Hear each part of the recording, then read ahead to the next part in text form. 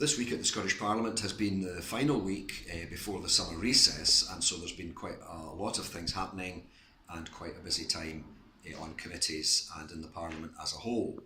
We started off the week on Monday when the Gender Pay Gap report was published by the Economy Committee, of which I am the Vice Convener. And I think that has been a very good piece of work. It's been looking at why women on the whole are paid less than men on the whole. Of course, there are some exceptions, but we do tend to find that, for example, in childcare and care for elderly people, most of the workforce is women, and they are generally quite low paid, whereas in some of the STEM subjects, that's science, technology, engineering and mathematics, a lot of the people there are men, and they tend to be better paid.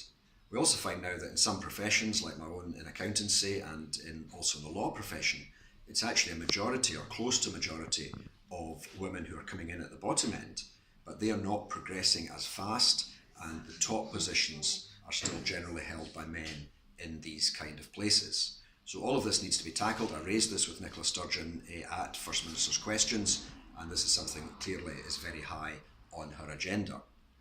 Another thing we debated this week in Parliament was the governance of education and how much autonomy schools should be having.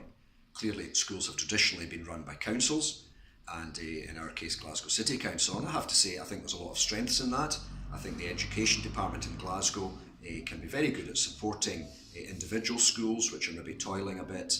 Sometimes one head teacher can help another head teacher, and also it means there's a citywide facility for disabled children, children with autism, that kind of thing.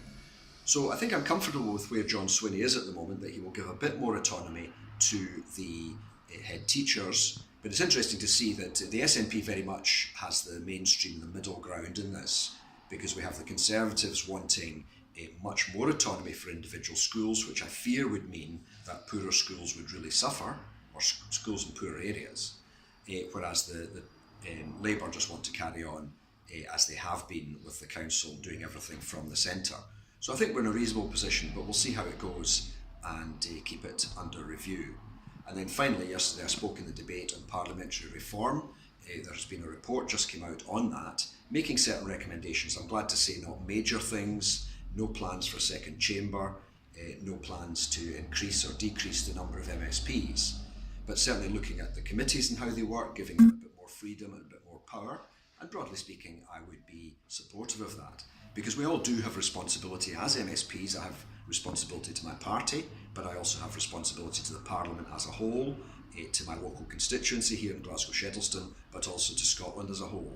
And it is a balance getting these things right, and I would certainly hope to be involved in discussing how that goes forward. So we come to the end of the parliamentary year. If you are able to get away on holiday, I hope you enjoy that, and I hope everyone can get a break and be refreshed as we hope to have better weather in the next couple of months.